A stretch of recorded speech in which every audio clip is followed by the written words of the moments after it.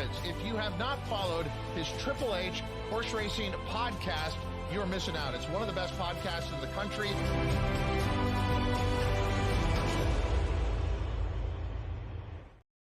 Good evening and welcome to episode 262 of the HHH Racing Podcast. I'm your proud host, Howard Kravitz.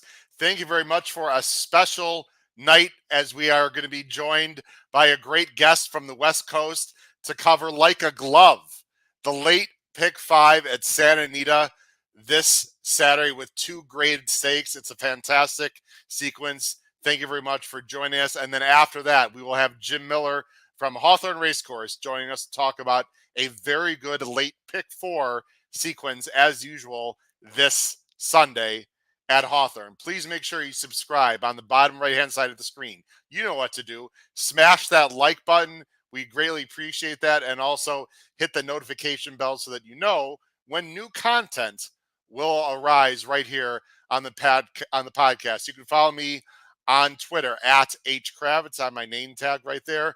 And scrolling on the bottom of the screen, you can reach me by email, hkravitzhorse@gmail.com. You can also see scrolling on the bottom of the screen our next shows next week, Wednesday night, Bettin and Boozin, and our flagship show, of course, on Thursday night, regular time, 8 p.m. Eastern. You can listen to this podcast on Apple Podcasts, Spotify, and Anchor, and our listens have gone way up. We greatly appreciate all your support. I will say, if you are listening on our audio podcasts, of course, we're very happy about that on those platforms. But because we do show a lot of replays and a lot of video work, you're probably best, if you can, either watching us live on YouTube or our replays on YouTube. That's probably the best way for us to watch the races and for you to handicap. You can, of course, subscribe also to the Power Picks. We had a great 2022. We had some big scores last weekend on Preakness weekend. I had some nice pick 5s in the 4-digit range. We had some real nice price plays as well. Please look into the Power Picks. Look below the video player. It is our tip sheet. Very inexpensive, very profitable. We have a great website, hhhracingpodcast.com. Also, please go ahead and check that out. All right, let's get on right to the show. We got a lot of things to talk about tonight, and we have everyone waiting in the bullpen, and we're going to bring on our guest pretty much right away. But first, before we do that, let's bring on my fantastic co-host, fresh from his vacation in Mexico. I know he had a great time, and I'm sure he'll be happy to tell us a little bit about it from the wonderful state of Maryland, home of the Preakness, Mr. Pete Visco, and from the Commonwealth of Massachusetts, Grade 1 Gamble champion and the Commonwealth of Massachusetts, like I said, and also journalist from the Saratoga Special, Mr. Paul Halloran. Guys, how are you doing tonight? What's up, gentlemen? Long time no see. Everything's great. The gang is all back. Really excited. We got a great guest tonight. We're going to go out to the West Coast, guys, for a little Santa Anita action with 2 graded stakes. Very happy about that. It seems like every time I come on with you guys, I say nothing's really happened in the horse racing world lately, has there? We've got Paul, your buddy, Rich Strike. You got a big dilemma now because, you know, we all love Rich Strike, but now he's trained by a master in Bill Mott. Very, very interesting. Incidents in New York that we're not really going to talk about. As usual, horse racing keeps things fresh on a daily basis, doesn't it? I think if Mott can get this horse to win another Grade 1, he should get inducted into the Hall of Fame again. 2 times. Why not? Pete, how was Mexico? I know you had a great time. Thanks for coming back. Of course, we're happy to see you again. Yeah, it was fantastic. Nice and relaxing. Sunshine, food, and booze were on the agenda, and relaxing. That was pretty much it. But the wife and I celebrating the anniversary, had a wonderful time. It's interesting. That sounds a lot like where our guest is from. Sunshine, little booze, little relaxation. Guys, let's bring on our guest because he's going to help us chop up the late pick 5 on Saturday. I'm a big fan of his. I know he's a fan of the show. I've been waiting to have him on for quite a while. I'm very happy to have this gentleman on. He is a VIP. Everyone heard that? VIP player host at Santa Anita. He's also the host of the Morning Line Sports Show out in LA, 8 to 9 Pacific Coast time. on ESPN AM 830. He's an excellent handicapper. He's a great guy. Let's bring him on for the first time to the HHH Racing Podcast, Mr. Jeff Chapman. Jeff, how you doing tonight? Hey, guys. Thanks for having me. I appreciate it. Glad to be on. I love the show. Hey, man, thanks for being on. What's new in SoCal? We got a big weekend. I heard actually Monday, I know you got 3 graded stakes that we would talk about, but the PPs haven't come out yet. That's a whole other story. They have a little pet peeve of mine throughout the whole country, Jeff. I don't know why we can't get this stuff out 5-6 days in advance. But anyway, also the Rainbow Six is paying out at Santa Anita on Monday. I just read a few minutes ago. Correct. They're actually doing so Saturday. If a single ticket hits it Saturday or Sunday, it's $1 million payout. If not, it's going to be a mandatory payout on Monday. So should be they're expecting it to be around $3 million on Monday. The card should be good. So looking forward to a big weekend. And you guys were talking about sun.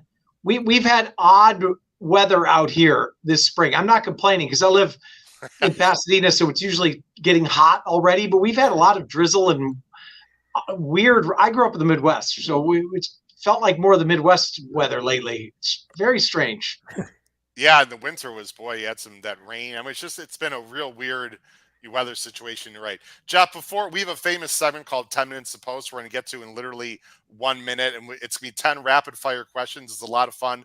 Before we do that, very quickly, for those people that are watching and listening, we have people literally throughout the world that watch the show. Just tell everyone, just quick 1 minute about yourself and how you got into the position you're in right now. Okay. So I started going to the track. If we want to go way back with my parents when I was a young kid, my brother wanted nothing to do with it. They would take him to Disney World, and I would go to Latonia and River Downs. We would do the double when Turfway was Latonia. So we'd do day-night racing, got into that, ended up, I went to Arlington several times, obviously. Went to University of Dayton, so I used to go to Keeneland a lot and River Downs a lot. I used to even go to a small little dinky track called Lebanon Raceway, which there was about 12 people there.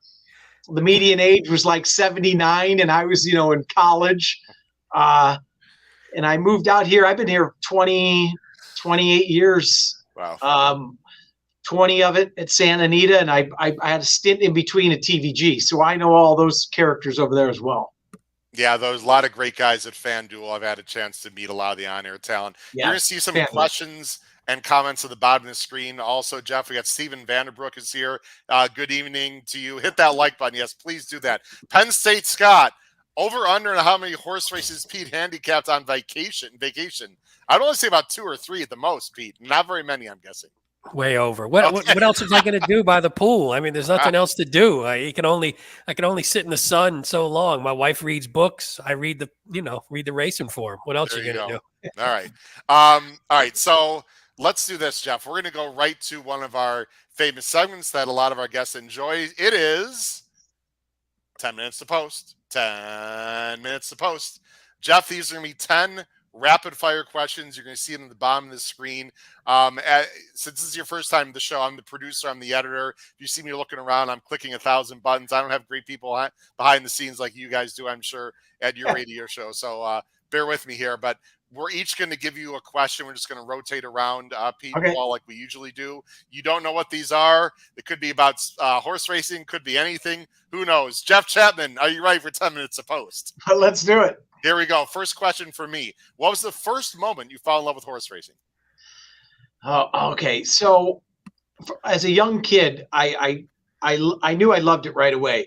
The day I knew I wanted to be in it forever was I was on the rail when Cigar tied the Citation and the Citation Challenge. And I still have that program on my desk in my apartment. But he was the first horse I knew. He knew he was the star, and that was it for me. That's a good one. Pete, you got the next one? Go ahead, Pete. Sure. Bucket list track or race day event you would like to attend? Well, okay, can I mention one I did? Sure. Whatever you want. So I'm a Del Mar guy because it's close and it's on the beach and I don't have to work when I go down there. But last year I went to Saratoga and had no idea what to expect. I got really lucky because it was like mid 70s and no rain, no humidity, but we stayed right there, could walk to the track, and it was way better than I expected. Completely different than what a lot of people told me, Duke Matisse, those guys, go. I went, but it was unbelievable. So that I checked that one off, but I would go back in a second. Did you stay at the Brentwood Hotel? No, we stayed with, I don't know if you know who Pete Fornatel is. Of course, yes. Yeah. I stayed in his guest place. Beautiful. Yeah, I crashed for free. Beautiful. Yeah, PTF is a friend of mine. I used to work for In the Money Media. So okay. Yeah, I know all those guys. I know you've done some work for them as well. So yeah. Paul, you got the next one. Favorite track on which to wager? Santa Anita. Okay. Now is that because you're most successful, or you just think you like the jockeys and the field sizes and I'm strictly a Southern California guy. Unless it's a big day, I won't wager anywhere else because like you guys, this is what I do every day. So I know what trainers are good at what, whose weaknesses are what. The horses, I can watch the workouts. I watch all the races. It's the only edge I have. So unless it's Derby day, that's why I start watching you guys to get some of the inside info. I used to be able to. I couldn't name 10 horses outside of Southern California. Wow. No, that's why we got Chappie on the show, ladies and gentlemen, because we got that inside intel of the SoCal racing scene. Let's hope. Yeah, absolutely. Next question, bottom of the screen for me. You might have already answered this indirectly, Jeff. Most exciting race you've witnessed in person? Zenyatta winning the Breeders' Cup Classic. Yeah, without question. This is unbelievable. Well, I just get chills thinking about it. Pete, you're a big got fan, that picture right there. It's one of those. My vision's not so good. Yeah. It's one of those pictures back there. By the way, love Lava Man also. I see in the background, Jeff, you got Lava Man. Big fan of him as well. Is he still a pony for O'Neill, or is he finally retired, so he's at Old Friends Farm. So he finally went. He's 23, I think. But he was here even last year. I don't know if you guys know, the James Corden show. They had the head guy of the show came out, Nick Bernstein, and Doug. I took him back there. Doug let him ride Lava Man. Oh, and wow. they had it on the James Corden show. It was hilarious. That's awesome. Very cool. Pete? Horizontal or vertical player. You can make or break your relationship with Paul with the answer to this question, I think. I am a pick 5. Oh, there you go. Now you're best friends. There you go. Yeah, perfect. That is the love of my life. I should be more of a win better, but I like to swing for the fences. Let's put it that way. I couldn't agree more. Paul? Best score betting the ponies. Now, you don't have to give a dollar amount, Jeff. Obviously, that's your personal business. But, what kind of where it was or what the sequence was, etc.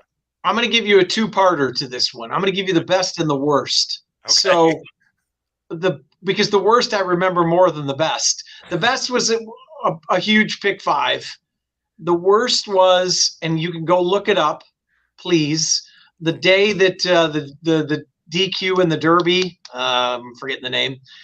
I got DQ'd for about 80,000 when they I singled Road Rager at 13-1 here. Go watch the replay. I dare you to look it up and watch it and tell me how that horse got DQ'd. Anybody who knows me watching, they've heard the story way too many times, so I'm going to catch a lot of what for it, but because it was years ago.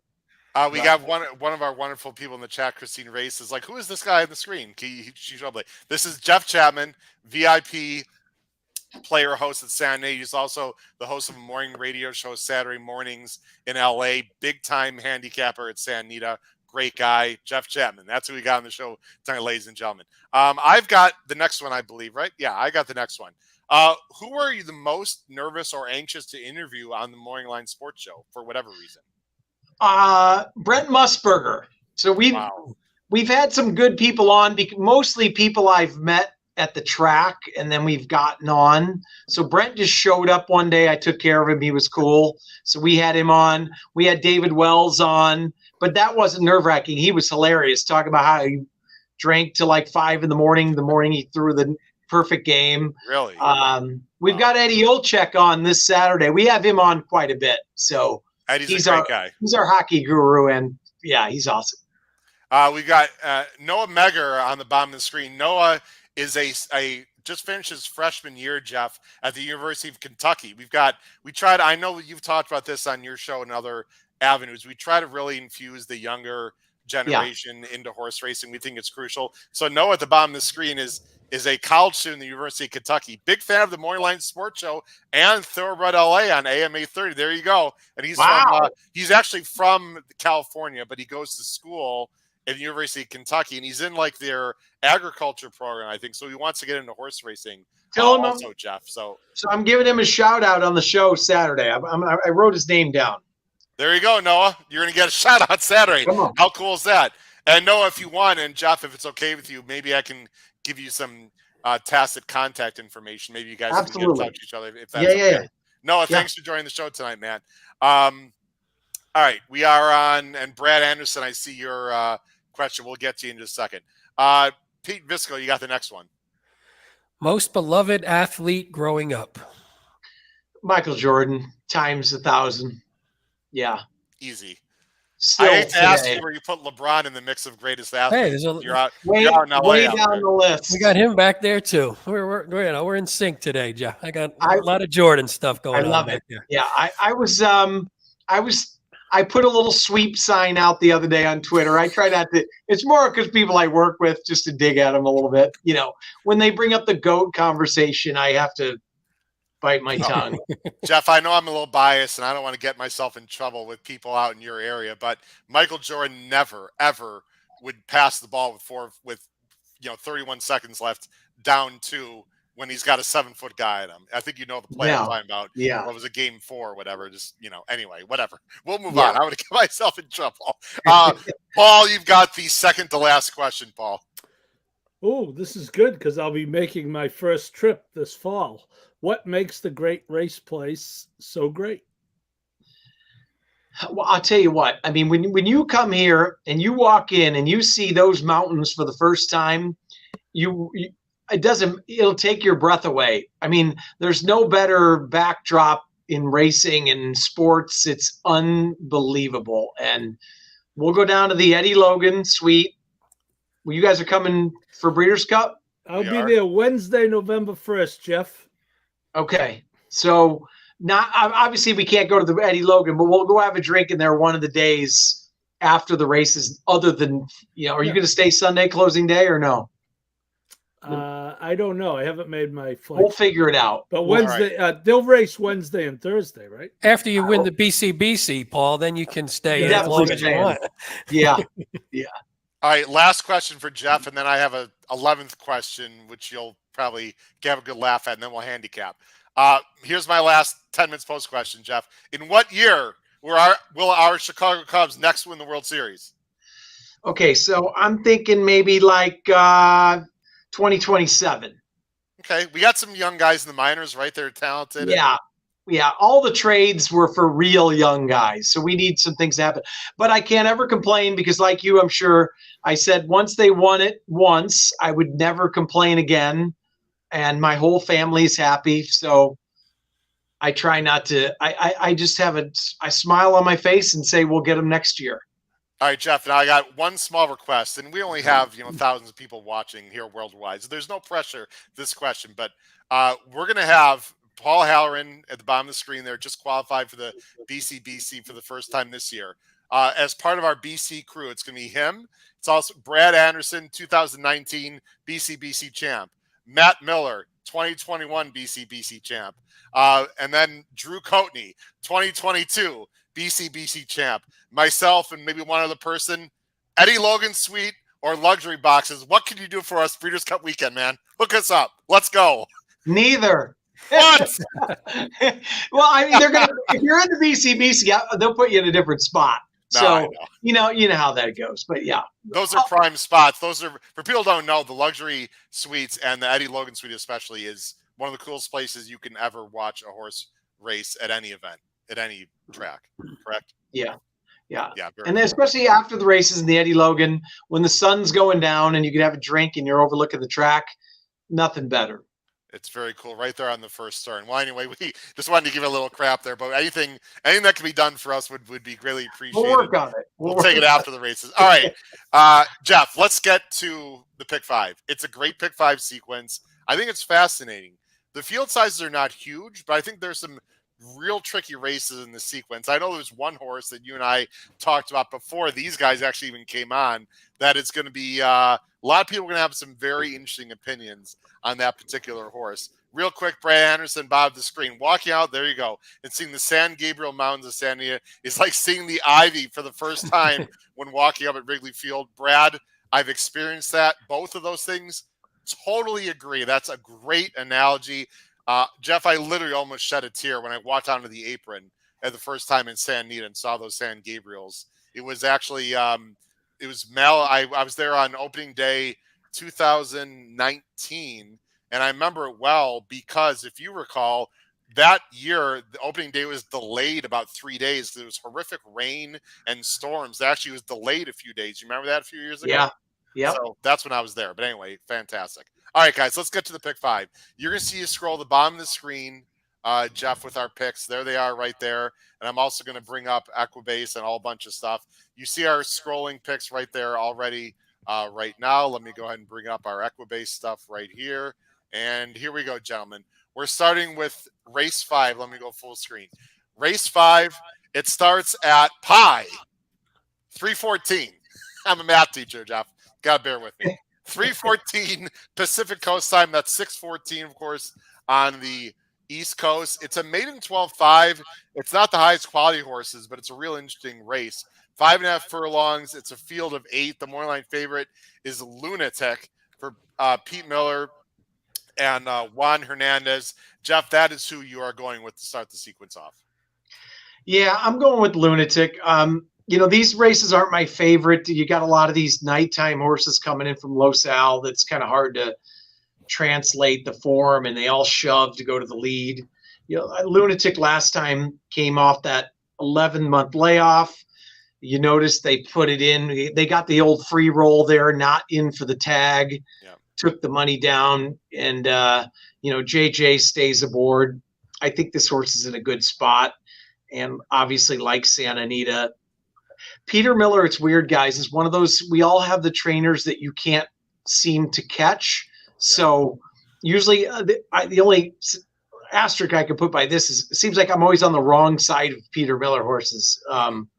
If I like something, it doesn't run well and vice versa. But I think this horse found a field, unless he gets caught up in a speed duel or something like that. He did shove from the start last time, but drawn outside, I think he's going to be tough. Price won't be anything to shake your stick at, though. Now, Chappie, I know you watch the show. You need to be careful with your misgendering because this is a she. So did I say he? If you do misgender, and that's your warning, right? Sir. That's your warning. If you do misgender, we will have to have a beverage for misgendering. But she is very interesting.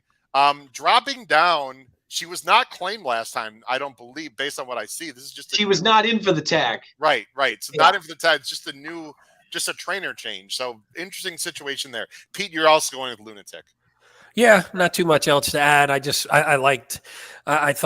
agree though. It's hard to gauge a couple of the horses when they're coming from, those shorter distances, the straight liners. So, but I just thought this one fit really well. And like Jeff said, I think sitting outside can either get to the lead or just sit off. And she's shown that she can sit off. I mean, she's not coming from far back, but I think she can sit sort of first over and sort of track. And actually had a Miller Hernandez, that combo, had 5 for 13 wins and 11 for 13 in the money on the dirt in the past 6 months. So those two are red hot, not a huge sample size. And then this horse, 3 for 4 at the distance, 4 for 5 at Santa Anita. So a lot of signs point, which I guess is why she's sitting at 9-5.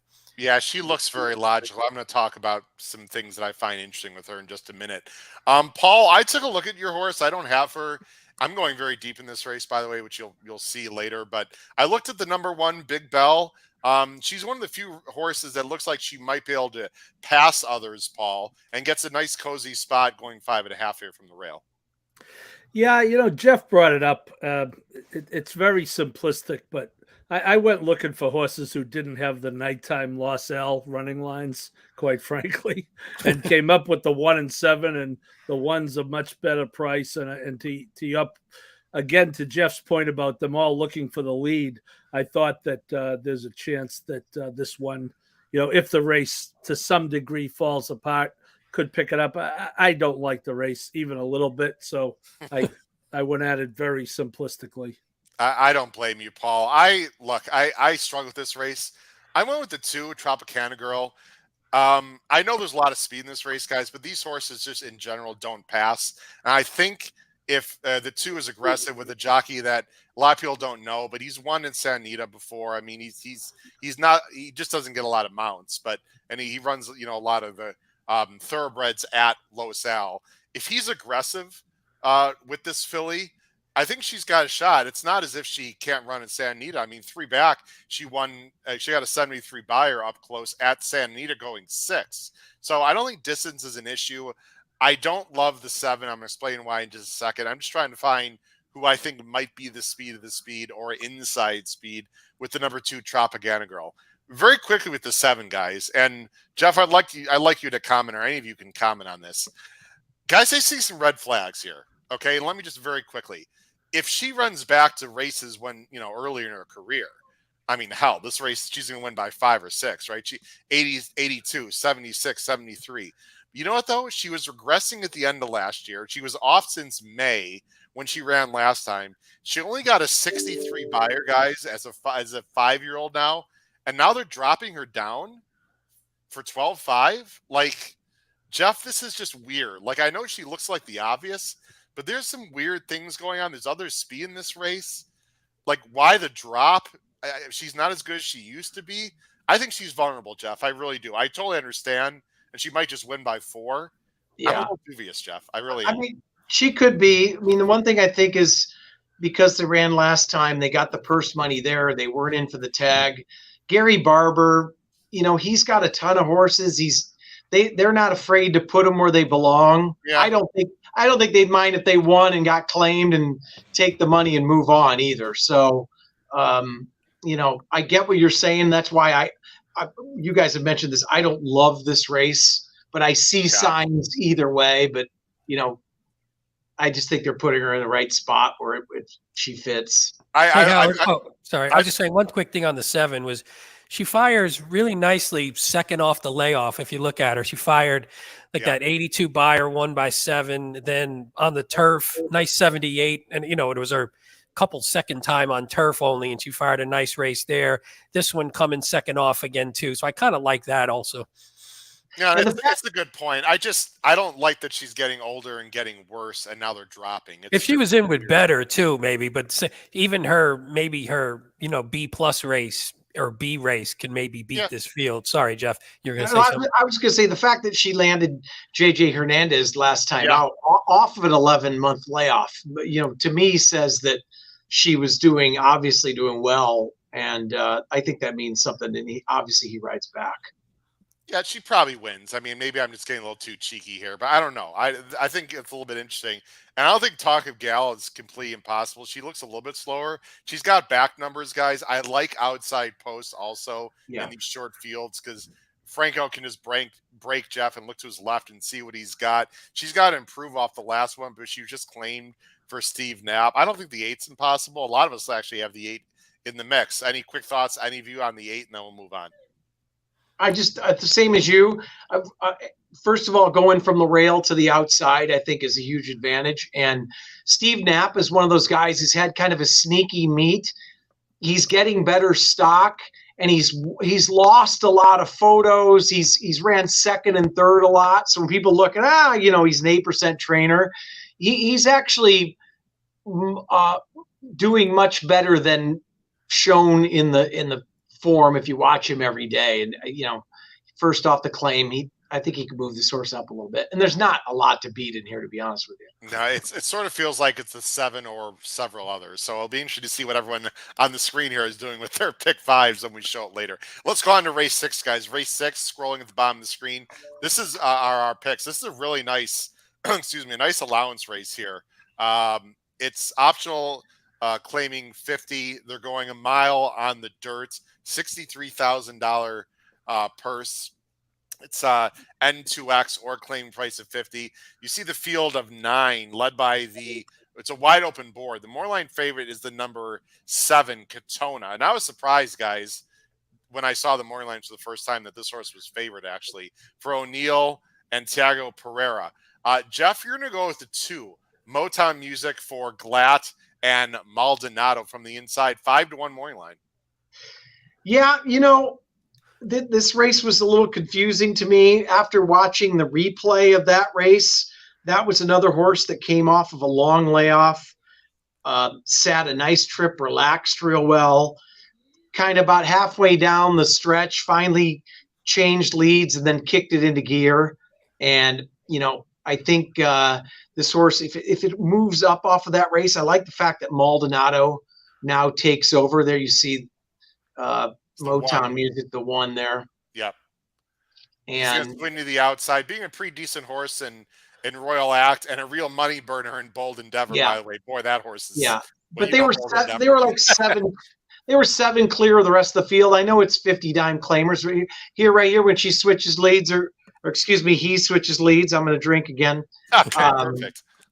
He draws off. He runs pretty well down the stretch. So I think if he moves forward, this horse looks like it has room to move up, and I think the price will be right at 5-1. I don't think this horse is going to get bet a lot because the Baffert's clearly going to take some money, and I don't even have the Baffert anywhere. No. So I think that was part of it too. We'll get every bit of 5-1 on that horse.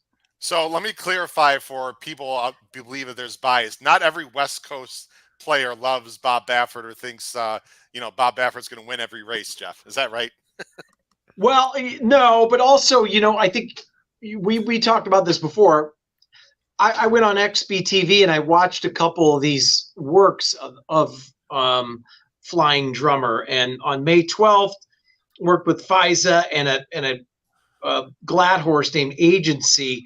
The work was just okay, and then came back on May 20th and worked with an unnamed horse. You always see people go by, if they don't watch it visually, 45, bullet work, blah, blah, blah.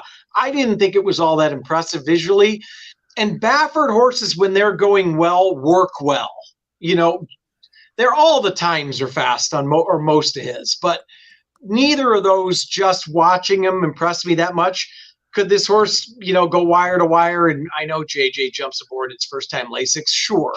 But I think this is one of those horses that's going to get overbet, and I'm not a big fan of.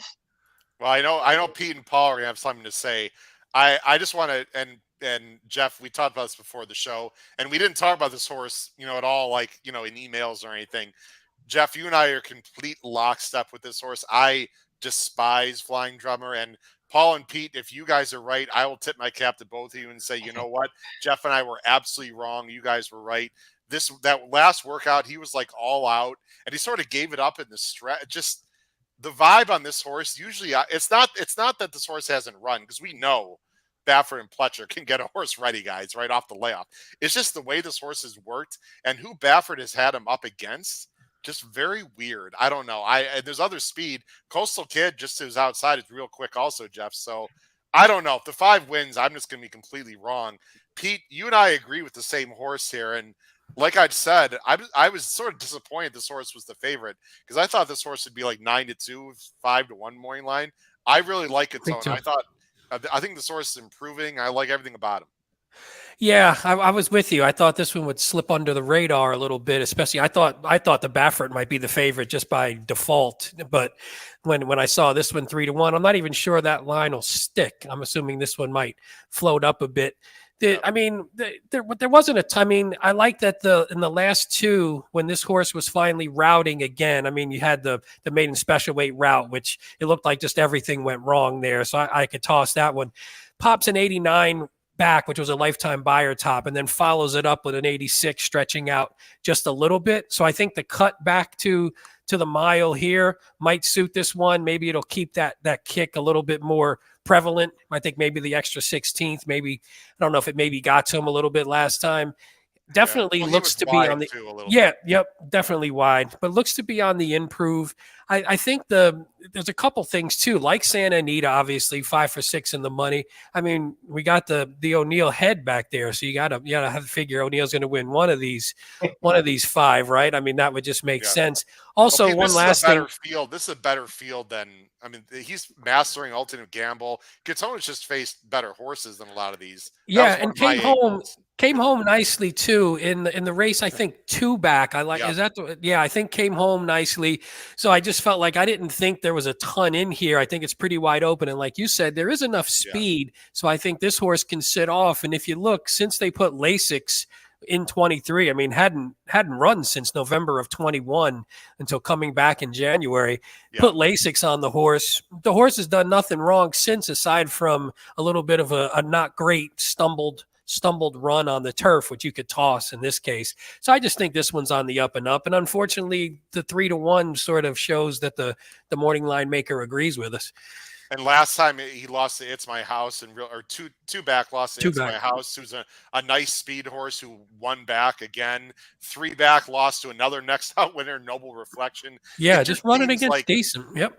It just seems like he's faced the best now. He doesn't lay over this field at all, and I'm hoping we're going to get a better price. But I like the 7 also. Paul, you're going to go with the Baffert. I don't know if your opinion changed by not what I said, but maybe what Jeff said. They put him in a grade 1 when he was a 2-year-old, Paul. So obviously Baffert had high hopes. Just this work tab and this long layoff with other speed. I just feel like this is a tough spot, but you're going with this horse, and if he's ready, he can obviously win. He's going to have to improve, though, based off his 2-year-old numbers. Yeah, I think it's likely either wins by 3 or finishes 5th or 6th. And I mean, I hope you guys are right. I'm in no hurry for a Baffert horse to win. But I do think there is a chance that he could be better. I think it's a competitive field. You got to assume he's going to, his numbers are going to go up. I hear what you say about the workouts. I did not watch them. You guys did. So not as, like I say, I just think he's wins easily or finishes up the track. And I think Jeff's right. He probably will be overbet. I mean, I'll play him in the pick 5. I mean, I wouldn't bet him in the race, at gunpoint, but I'll certainly use him in the pick 5. There's other speed. Yeah. Showtime from the inside. Smith's going to go. Clampett has no chance, but should be sending. So I think there is enough speed. It's an interesting race, guys, and it's a real competitive field. So it's going to be interesting to see who comes out on top. Let's go to the next race, guys. Race 7. This is the first of 2 grade stakes within the sequence. They're 2 real nice grade stakes. You got the Daytona and then the Triple Bend. Let's go to race 7 right now. Hold on one second as I bring it up here on this screen. Here we go. Race 7 is the Daytona. They're going down the hill. Love the down the hill races. Grade 3, 6.5, of course. This is for older 4-year-olds and up males, $100,000. Interesting enough, guys, and I'm sure you noticed this, it's a field of 7 with 4 Calbreds in the race, which is sort of unusual. Morning favorite is number 5, What Makes Sammy Run. Real honest horse for Glatt and Bravo. Jeff, by the way, you always go first as our guest. And you look on the screen, we're not messing around this race. We are all going with What Makes Sammy Run on top. Jeff? Yeah, obviously Fast Buck could get away here and looks like possibly Lone Speed. I'm kind of hoping Burn and Turf goes with. But I think Fast Buck, this might be a little too long for Fast Buck down the hill. I think this horse is better at the 6, 5, 5.5. And I think What Sammy Run, is ultra tough, loves Santa Anita. ran down Air Force Red last time, who is a very talented horse and loves the hill. So I think what Sammy Run, third off the layoff, moves up again and it's going to be tough to beat. This is a good little race, but I think what Sammy Run's in a good spot here. We're going to show the last. Here's what makes Sammy Run back here. Indian Peak is right here. Indian Peak is the 3 in this race, is the 1 on Saturday. And then you got Burnin' Turf, who is right here on the outside there, the 5, and is the 7 horse on Saturday. I thought this was a pretty impressive effort here, Jeff. Bravo just swings this horse out into the clear, runs on everyone. And for those people that like Indian Peak right here, like, I get it, but boy, Jeff, I mean, this is the dream trip for Indian Peak, and still couldn't beat, what makes Sammy Run. I just don't see how they're going to, reverse the tables on Saturday unless what makes Sammy Run just doesn't run his race. I agree. And like we said, Air Force Red is a very quality animal and loves that hill. And horses who love the hill, you either do or you don't. That's a specialist type of course, if there is one, maybe other than Kentucky Downs or something like that. But yeah. The only thing I give Indian Peak a look at is just it didn't fire as well. But in the past, Indian Peak has ran second down the hill to Barraza. I don't know if you guys remember that horse for Vladimir Serin. Yep. Brickyard Ride, when Brickyard Ride was really Brickyard Ride, and the Chosen Vron, who were 3 really talented horses and ran second all those down the hill. So if you, like I just said, if you like it, you usually run well down it again, and if you don't, you don't. So. But I think what Sammy Run's in the right spot. Yeah, I don't think we need to talk about this race too much, guys. Paul, Pete, I'll just leave it open to what you guys want to talk about, anyone, and then I'll quickly mention the 3 that Chappie already mentioned. Peter, Paul, anything else about this race you'd like to discuss? I think we both went 5-2-1. I agree with Jeff. I think under the right circumstances, Indian Peak might be able to steal it. I certainly would have the 5 as a lone A, but I'll use the 1 as a B on the ability potentially to get a trip. And I just thought the 2 looks like the second best horse on paper.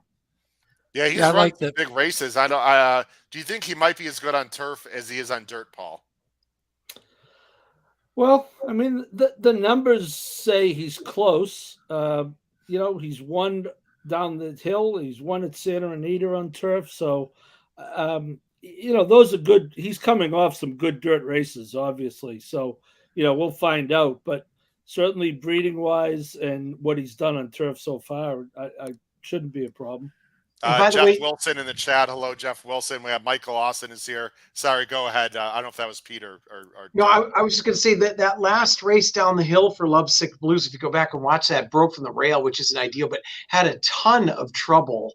And I think that it was a sneaky good race. So I think this horse is going to move up. I like Umberto back aboard. This horse has won 2 races in a row.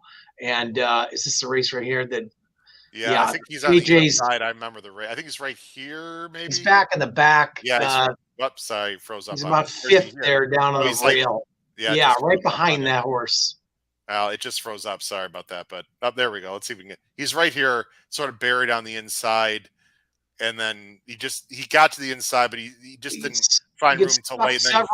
Then finally explodes late and kind of runs on well for 3rd. Yeah. But he had a lot of trouble in there. Or 4th, maybe.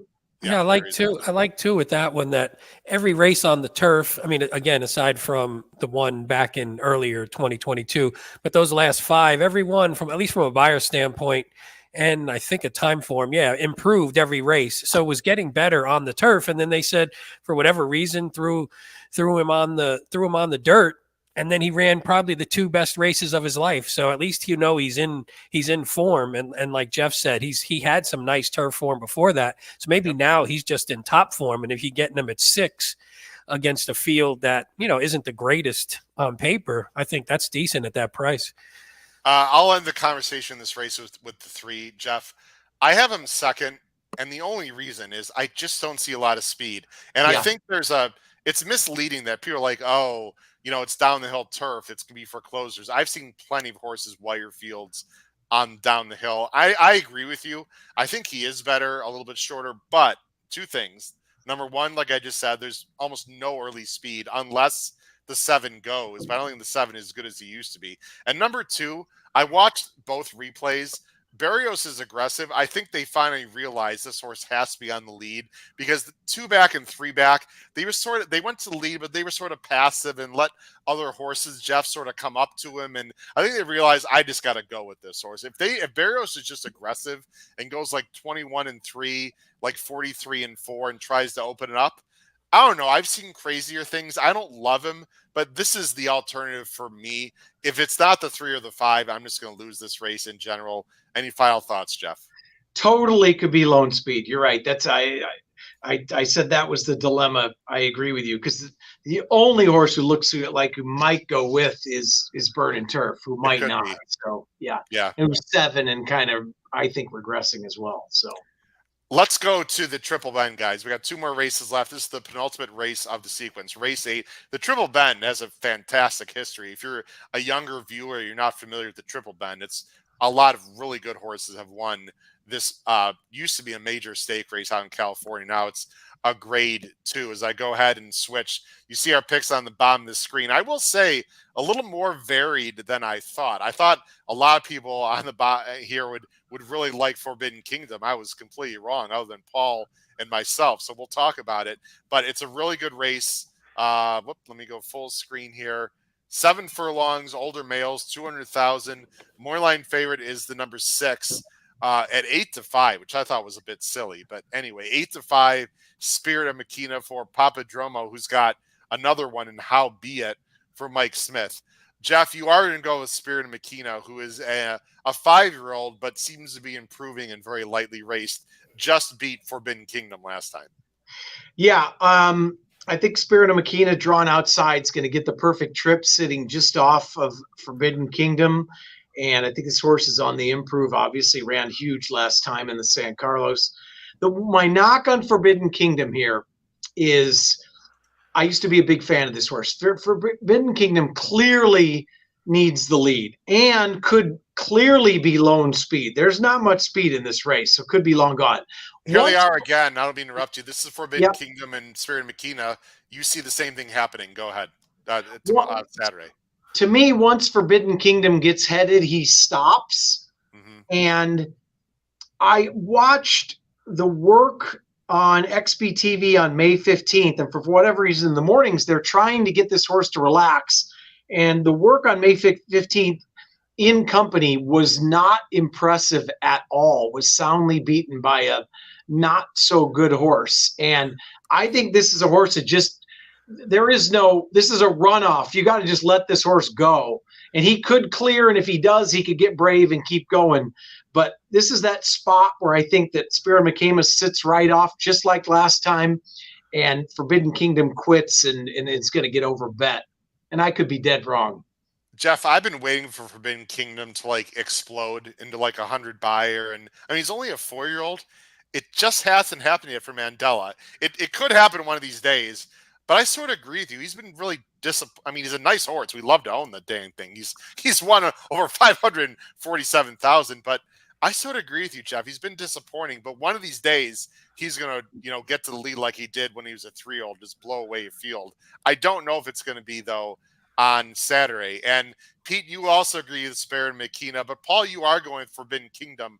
For those fans of Forbidden Kingdom, Paul, why don't you defend them? Go ahead. Well, I hear what Jeff says, and if that's the way the trips work out, he could be in trouble. But he did. I thought his Malibu was okay. He didn't totally chuck it in that race, and with Tabor and Hoist the Gold. Last race that you showed, that was certainly unimpressive. But I'm not so sure what. I mean, I guess the one's got some speed, but who is going to stop him from really getting a pretty clean lead? He's got the lead again. Yeah. Yeah. The one thing I like about the 6 against the 4 is if the 6 came from further back, maybe I'd be a little bit more skeptical. Yes. But since the 6 is tactical and has enough speed to at least sit close, then you figure on the turn can just make a move and sort of get on Forbidden Kingdom's throat. And like Jeff said, or Howard said, I forget which one, can actually just maybe just take his heart a little bit early and has enough speed to be close enough to do that. Whereas if he was sort of coming from a little further back and then you let the 4 get away and then you just can't catch him, I think the 6 is tactical enough to stay close. The only fly in the ointment for me, guys, for Spirit McKenna is this horse on the screen. I don't like this horse at all on the win end, but sometimes, and I know he's already 9, but sometimes he will show more speed. If he shows speed and makes Spirit McKenna guys move earlier than Spirit McKenna wants to, I think that can definitely affect the race. And maybe a horse like the 1, who I think is a little bit interesting, or Howbeit for Papadromo, who you know is going to fly late, might be able to pick up the pieces. I think CZ Rocket, in a weird way, Jeff, is actually the key to this race for that particular reason. Is there any merit to what I just said there? Yeah, 100%. Because I mean, let's face it, he's well past his prime, although he still throws in some big races and ran second in the Breeders' Cup Sprint last year. But the pace he could muddle the pace up. And look, this is not the strongest triple bend in the world either. So this isn't the best grade 2 I've seen on the West Coast. We might have some small fields. Usually they've got a lot of talent in there. I don't think there's a whole lot in here, to be completely transparent. I sort of like your 3 for third, Jeff. I mean, this used to be a nice horse. I don't know if he can run back to what he did before he went to Dubai. I mean, he was a nice horse in 21. If he's got that race in him, he's a bit interesting for, I don't know about the win end, but again, at least showing speed. So while it looks like it's just going to be 4 and 6 down the backstretch, I don't know, guys. I think it could be a little bit interesting. I'm playing it that way. Midnight Mav to me is the fly in the ointment. This is a fresh face, guys, who's turning back. If Kyle Frey does his job, he's going to set a perfect trip in the pocket, Jeff. And if things get a little bit hot up front, maybe he's classy enough to win this race without any real killers. This is my long shot play in this race, Jeff. Midnight Mav. Yeah, I mean, like you said, the cutback, so he's going to get some speed to run at. I mean, the last 2 races since Craig Delassie got him, he won by 5, and then he ran a credible third to defund it, and once again, like we said, this isn't there are no world beaters in here, so this horse could get a good setup. Peter, looks like you feel the same way. You've got him second. I do. Basically everything you said. I mean, I like the cutback because at least it shows that like you said, I think the 4 obviously should get the lead, but I think that this horse should be able to stay when we get in the lane. And if the 4 starts to give it up and if something else happens, then maybe this one can get first run as well. So I like it and improving. I mean, we always like when something happens that causes the improve. And, this one got claimed, comes back, rolls the field with a 90 buyer, then stretches out to 1 1/8. Who knows if that's a little too far, and was against 2 horses who would be probably about 1 to 5 in this field. So, I mean, I think there's probably some talent here. Jim Pillars is a great fan from Buffalo, Jeff, New York. Howard and Jeff picked the same jockey, race 7 and 8. All I can do is clap my hands and say, bravo, bravo.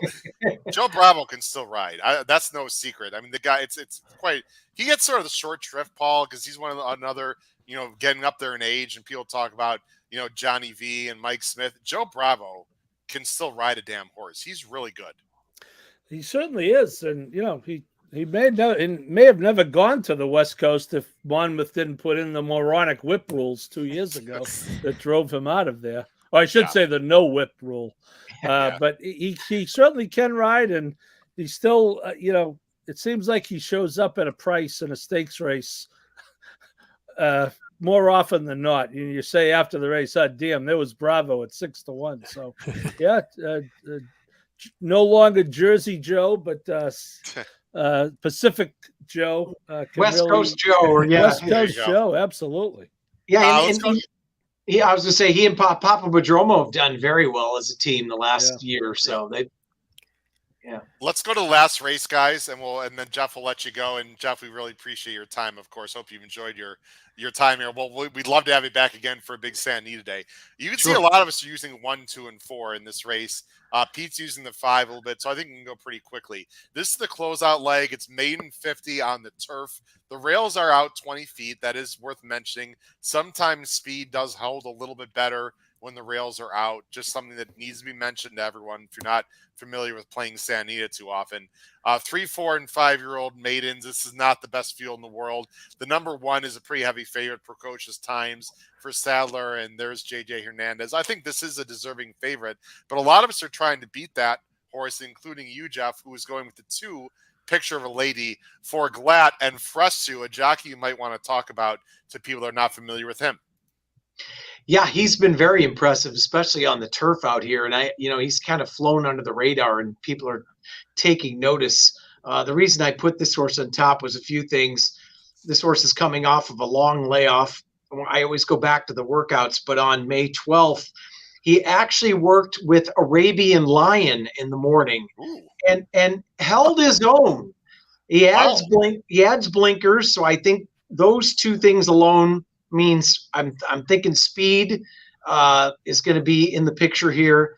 The blinkers come on, and a big jockey upgrade. No offense to Jessica Pfeiffer, but I like the jockey switch, and Glatt's having another terrific meet. So I think this horse is going to run well off the layoff, and not in for the $50,000 tag, by the way. This is Antonio Fresu, and he rode a lot at Maidan, everyone. So this guy has been riding against big-time horses and big-time competition. I've got this horse as a B. I think she's interesting. Pete and Paul, you're going with the 1 who I think is the horse to beat. We're not going to show the replays, but, I mean, she's got the best speed figs.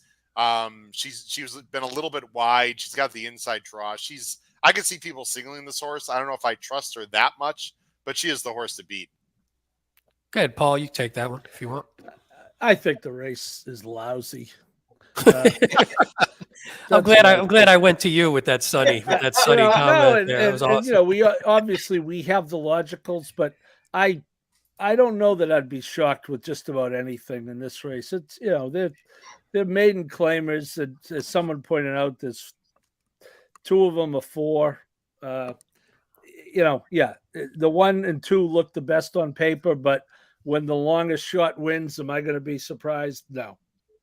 The one thing I did like, and again, I sort of handicap before morning lines, but it was probably obvious who was going to be the favorite. But I did like that the stretch out was maybe the best race. And you look at the breeding, and it looks like she's a horse that would like a little bit more distance. So I thought at least there now maybe we're getting her away from the sprints where she just got too far back. So maybe she just didn't, in those first 2 races, there was a lot of work to do left, and then was a little bit more tactical last time, going a little longer. And now you get Hernandez up again. So I think very logical.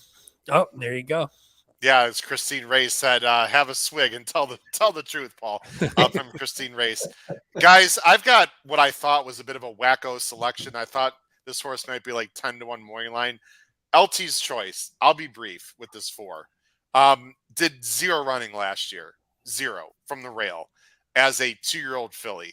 But there's a few things I like. This horse is a full sister to Clutch Hitter, who is a very nice horse on the turf. So there's turf breeding for sure. Again, look at the combination.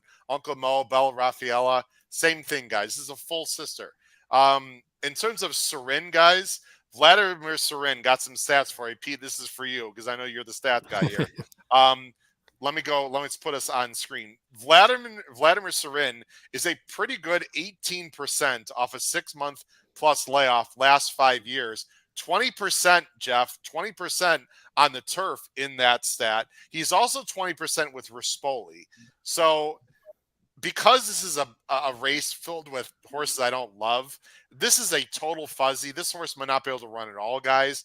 But this is also the horse, Jeff, and we're going to show our pick 5s once you leave here, that can cause a pick 5 to, instead of paying $300 or $400, paying $2,000. So this is a fuzzy that I have no idea if she can run. I would let the board be your guide. Of course, you have to bet this horse in the pick 5 way before we see the board.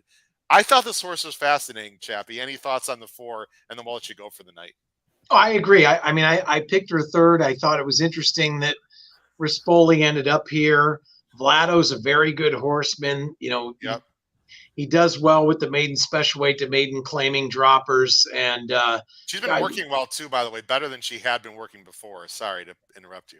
Correct. And I watched a couple of the works, like sometimes when we watch those works, obviously it's difficult because you're watching turf horses work on dirt, so it doesn't always translate. Right. But it looks like some talent there. And like Paul was saying, there's no world beaters in here. So this, this horse wouldn't surprise me at all if she stepped up and ran a big race. Yeah, I thought she was interesting.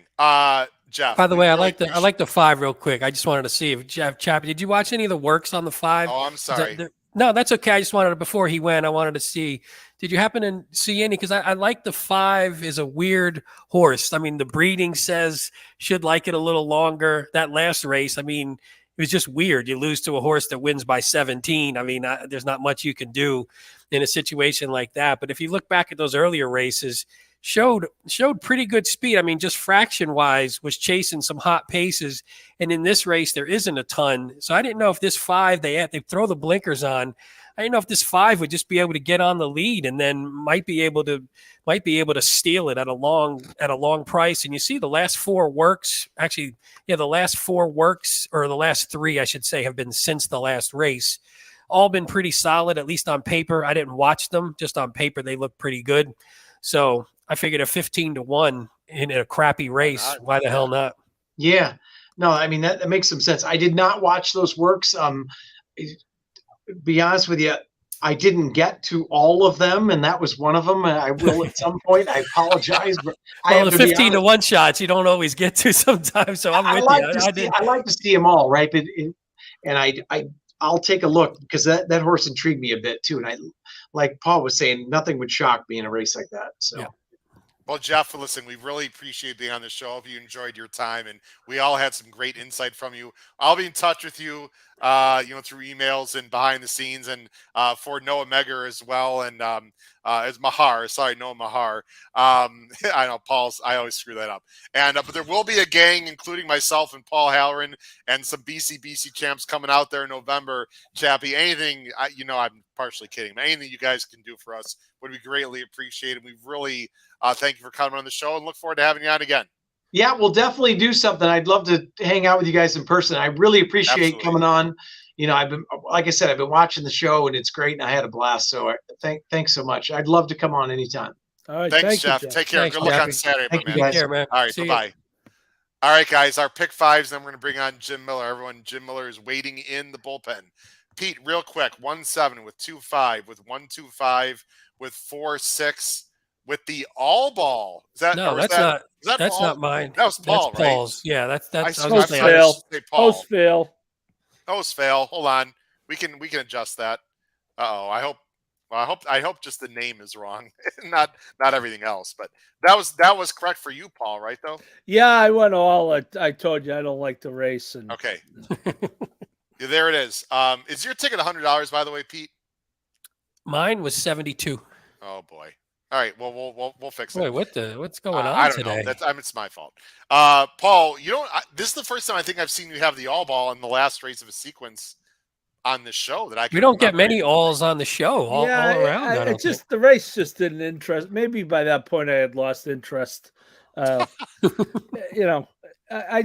think again, that could backfire very easily. You could get the one winning at 6-5, and then you look like a real moron, not just a regular moron. But if it's a maiden claiming in the last race of the day.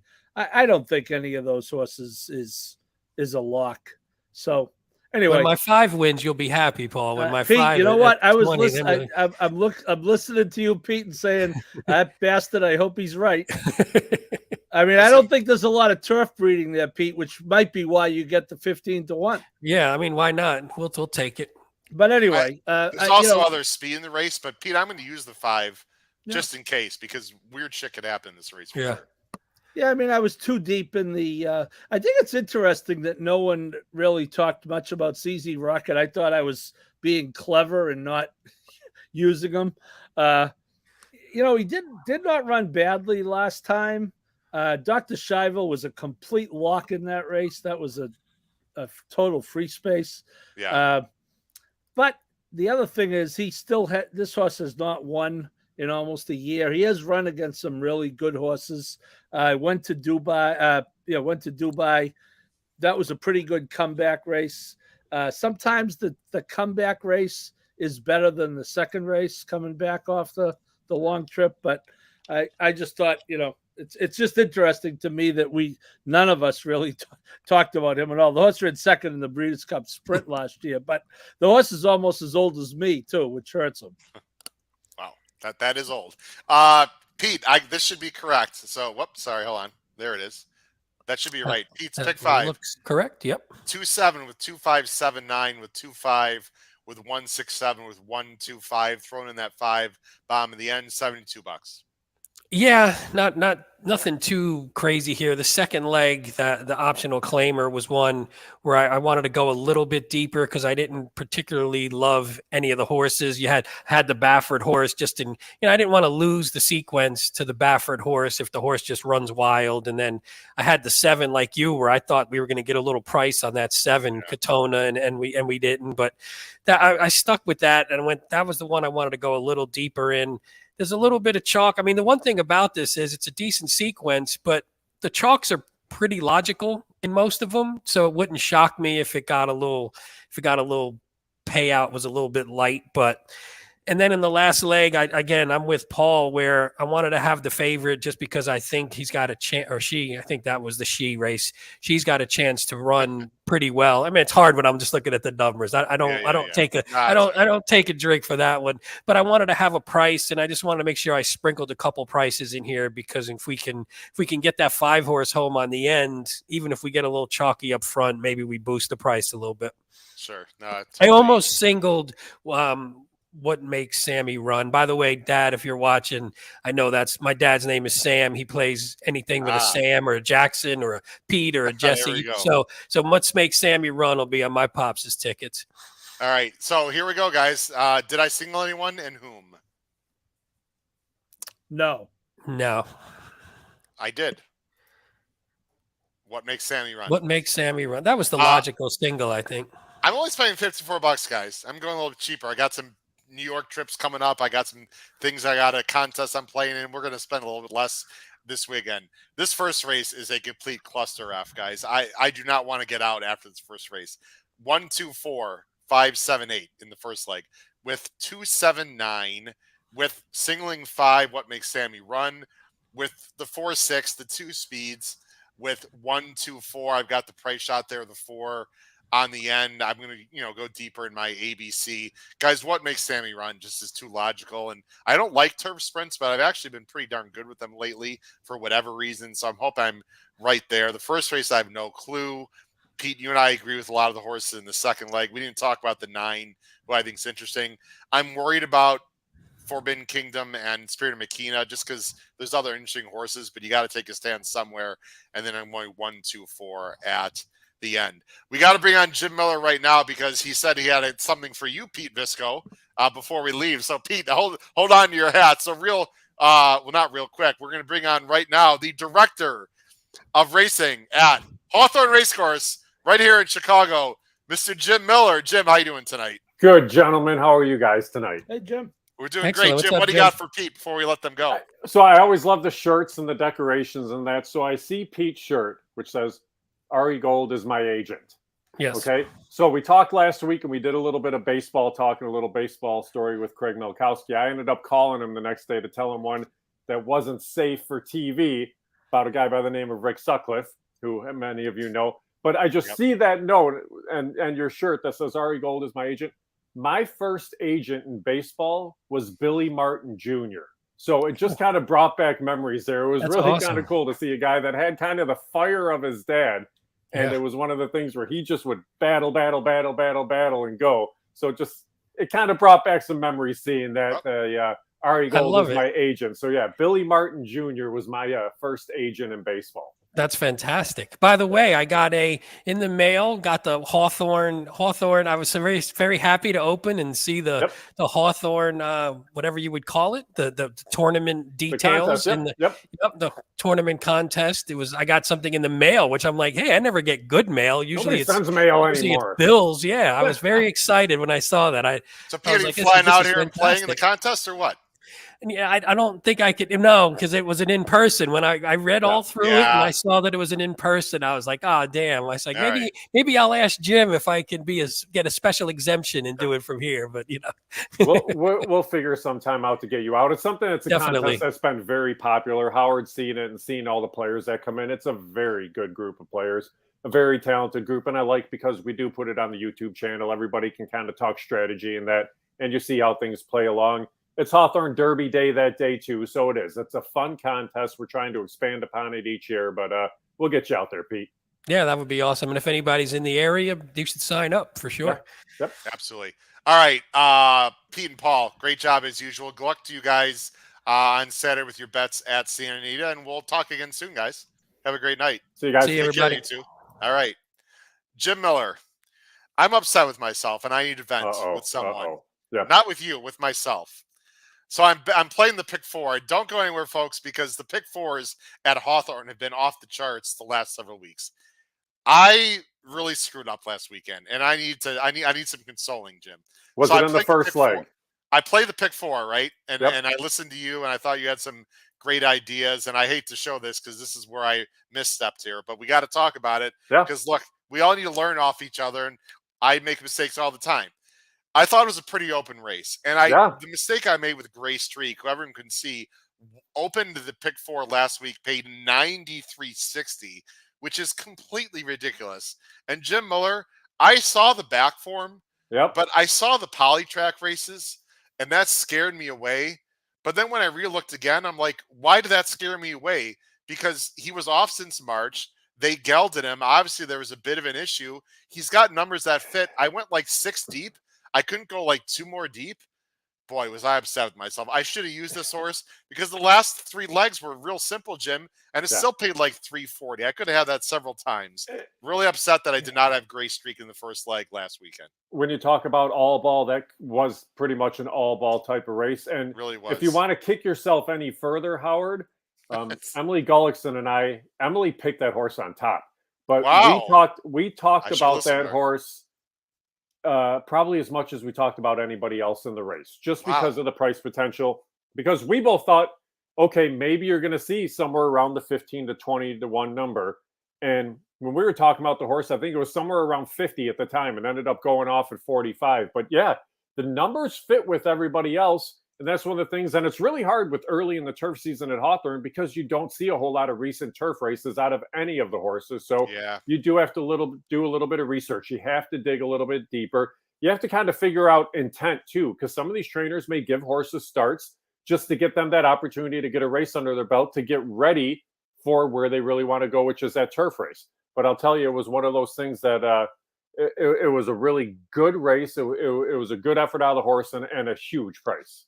Well, good on Emily for having that horse. And listen, we make mistakes. And there was a no doubt. He made a wide move in the backstretch. Like, I was like, wow, who is this? And I see Gray, the 45 to 1. I'm like, this horse can't sustain that run. And Captain Ming Boon is just it's just not as good anymore. And the 4 got a real weird, whatever. I don't want to get into it. The 4 dropped back and then made a monster run late. Like, it was one of those weird situations, but good on anyone who had that 8 to open up. But like you mentioned too, Au revoir was a single, an easy single in the stake, and ran a huge race. And then the winner of the last could be a good horse out of deductions. Won by 11. Wow.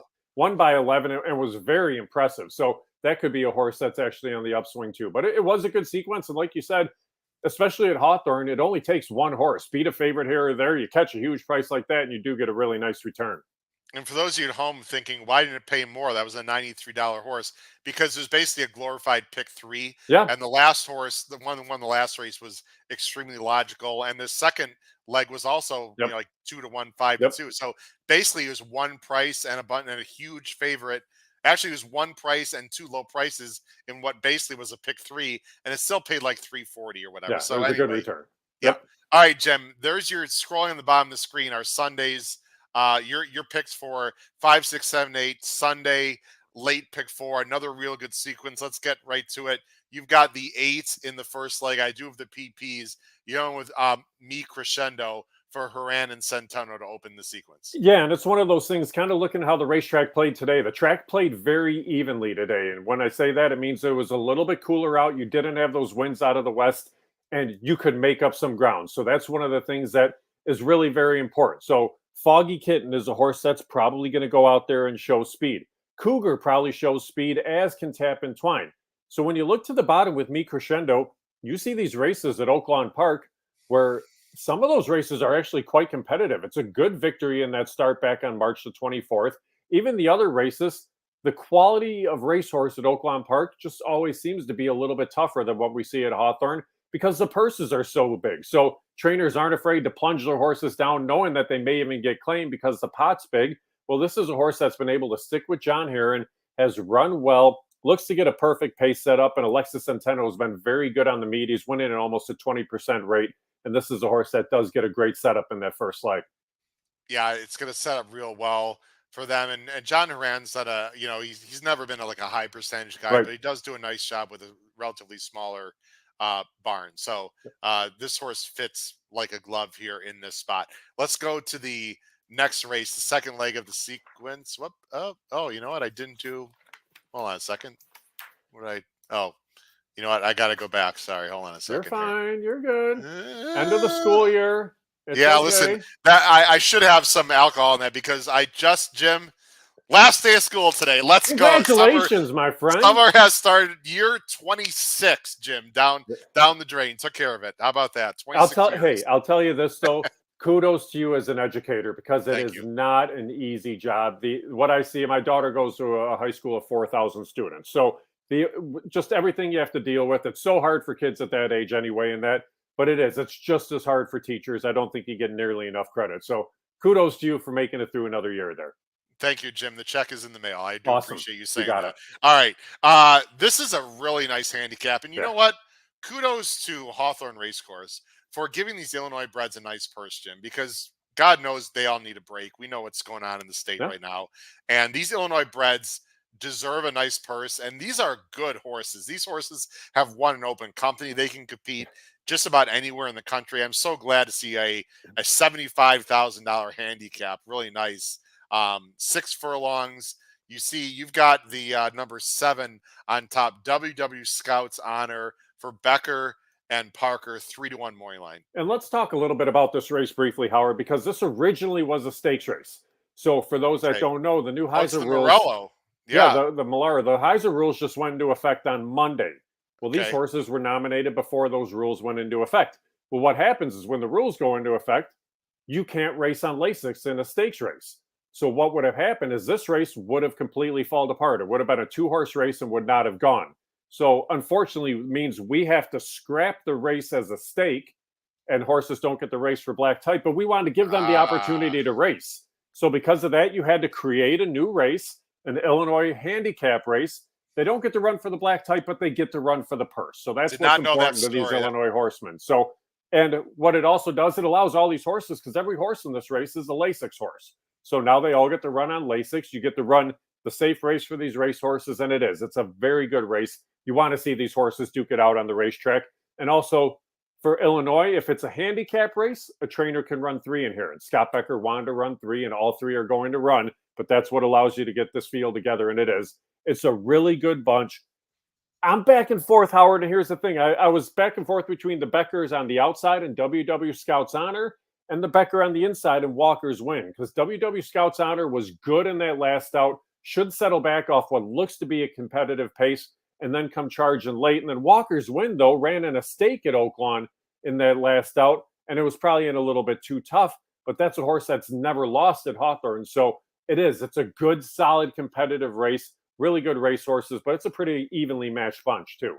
You know, when I looked at this, Jim, Arietta is only 1 for 25 with the 1 horse on the meet right now. Yeah. And I believe, and correct me if I'm wrong, that Scott Becker's go-to guy is not him. And then Right. this is is this Deshaun Parker? I'm assuming It is. I mean, coming yeah, in for the mounts just for yeah. this race. Yeah, and that's what's interesting too, because his go-to guy is Victor Santiago, who's riding the 5-horse. Chris Amy would be the second guy, and Amy's out of town on Sunday. So Interesting. you have Rainer Arrieta, who rides down at FanDuel Racing at Fairmount Park, and then Deshaun Parker, who rides at Horseshoe Indianapolis. Well, they're not running on Sunday, so Love he Deshaun. comes in for the ride. He's a very good rider.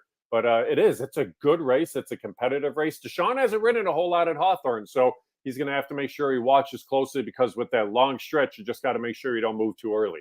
And if Giles gets loose on WW Hotshot, he's Why non-possible. not? This is a fast gelding. Yeah, it is. It's a good bunch.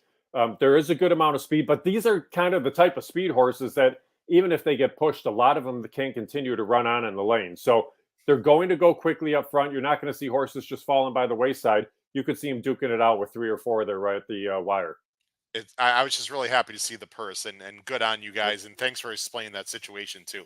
Race 7, you're going 3, 9, 10 in race 7. It's an optional allowance 50. It's a real nice sequence here. This late pick 4, ladies and gentlemen, classy horses. They're on the turf. The rail's out 20 feet. You got a field of 10. The weather is going to be real nice in the Chicago area, I believe, all weekend long. If I remember seeing, more line favorite here is the 9 Act a Fool for Ravelli and Centeno, who is in for the 50, which for me is always a bit of a negative. Yeah. You're the horse that's not in for the tag, Savaco, Goldfine Mojica.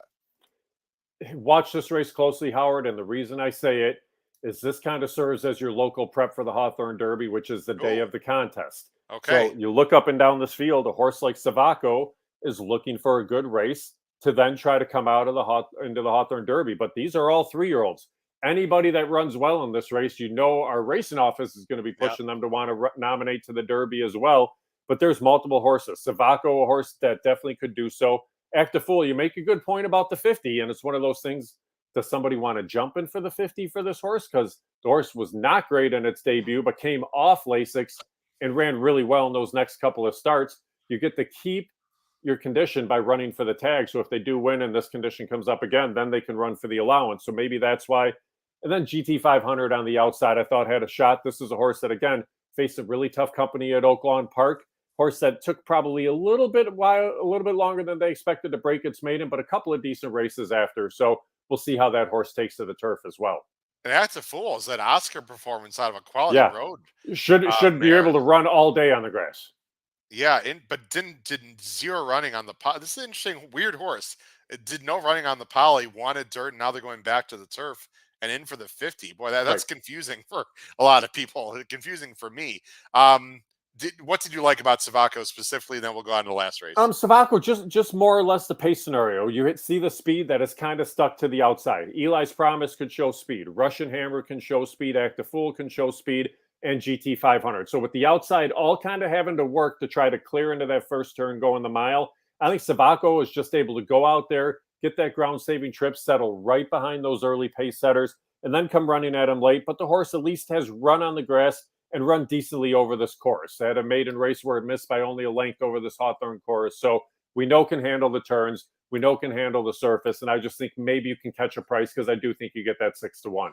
Yeah, it's colt by More Than Ready. I have a hard spun mare, so there's definitely a little turf in the pedigree. I think it's safe to say, though, Jim, any of these horses that win are going to have to step up their game a month from now on for sure. Invite Day in the Hawthorne Derby. Yeah, for sure. But I mean, you look at last year in the Hawthorne Derby, we had some really quality horses in there. We've seen horses come out, win graded stakes out of that race. A horse that keyed a big pick 4 for you at Oaklawn Park earlier in the year came out of the Hawthorne Derby last year for Robertson. So it could turn out to be a very good race. But if somebody steps up out of here, you're probably going to see him on contest day. That'll be good. This is definitely a race I'll be watching some replays and watching carefully. The closeout leg of the pick 4 again. This is Sunday, ladies and gentlemen. Hell, I mean, what are folks? It's Memorial Day Monday. What the hell would you be doing at home? You got a day off. Playing a Hawthorne late on Sunday. I mean, come on. Race 8. You're going 7, 6, 5 to close it out. It's a maiden special weight going 6.5 on the dirt. You're going with the number 7 Sharp Stick for one of my favorite trainers in racing, to be very honest. Jimmy DeVito, and there's Giles again. You're getting 4-1 morning line on this horse. Yeah, I actually talked to Jimmy this morning. He's such a good guy. Another horse that was running at Oaklawn Park and running competitive races. The Bug Boy Giles has had himself a very good meet. It's as much as going to this horse as it is just trying to beat the 6 horse, because Tahoe Run probably should have broken its maiden numerous times since then. This was a horse that has knocked on the door a few times. The speed figures always seem to put the horse right there, but you find those horses that sometimes just don't find that way to get that victory. Yeah. Maybe a horse like Tahoe Run runs second here. If it does win, it'll be at a short price. The other one, give a little bit of a look to the 5 here. Mama's Fire, Howard. This is a horse that you watch the barn. The barn has sneakily had some pretty good payouts this meet. Those works at FanDuel Racing are solid works. The most recently, 101 and 4, and we've talked about it. It's a slower racetrack. This is a horse that could go out there and show a little bit of speed. But the barn, you're going to have Lasix. And also, there's the Illinois restricted races. They chose to not run there, run open money, because they can race for additional purse money too. So they must think they're onto something here, and we'll find out with Mama's Fire.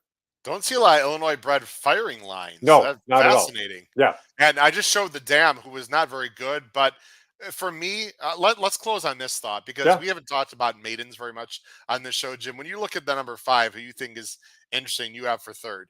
You look at the Dam. This is a great thing about Formulator. Yep. Okay, you see maiden 16 and a lot of condition claiming. Obviously not a classy horse, but you do see a lot of early speed. Yes. And for me, Jim, and I'll just speak for myself as a handicapper for a long time, I'm not as always concerned on the Dam side with the class as much as the kind of style they run. Right. And there's class with firing line. So even if there's a little bit of talent with this horse, because of the female side, you would think, in theory, this horse at least will show some speed.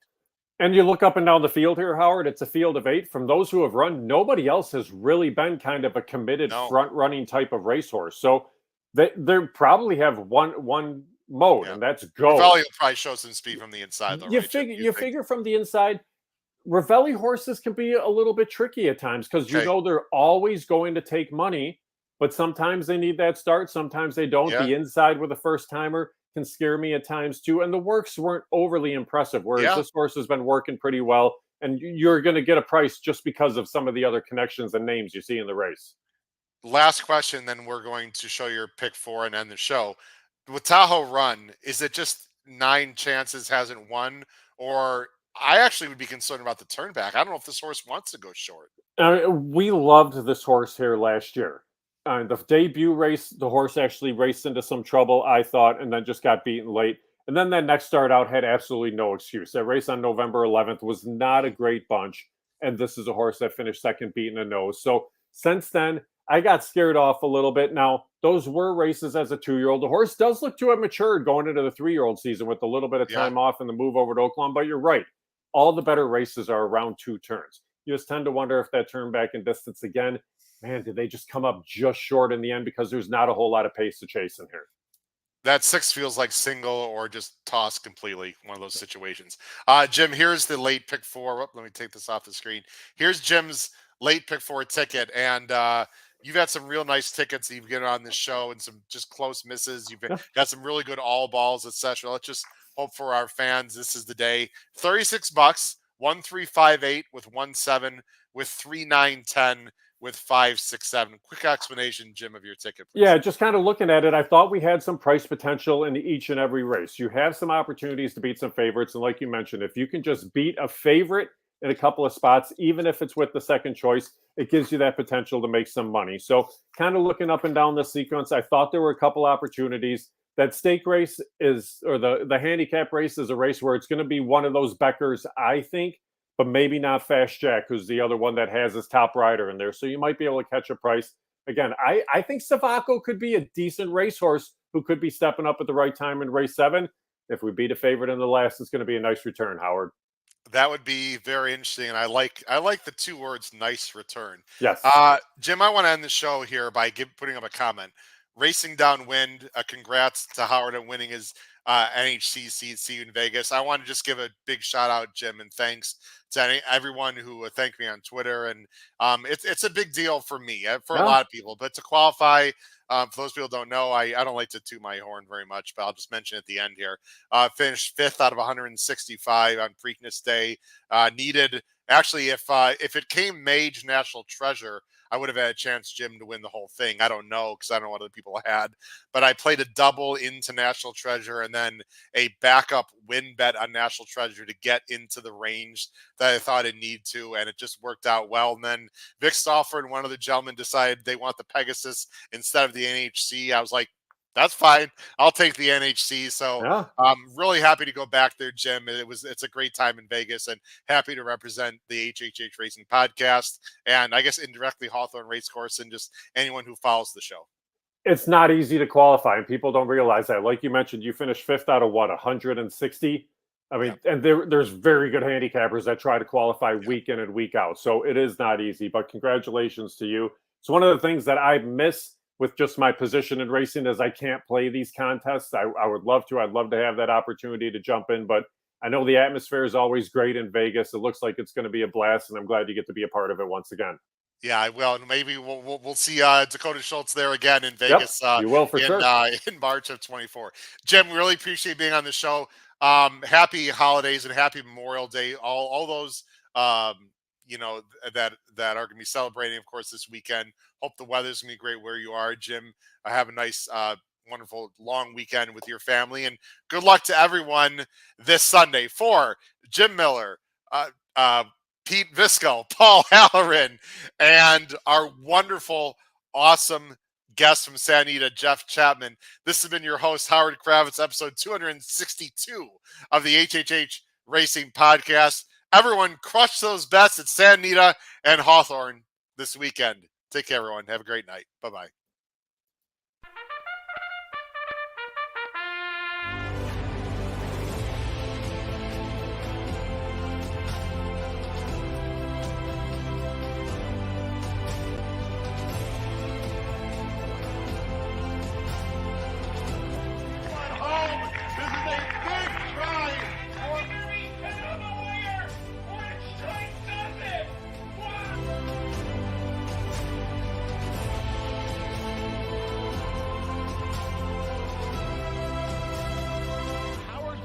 If you have not followed his Triple H Horse Racing Podcast, you're missing out. It's one of the best podcasts in the country.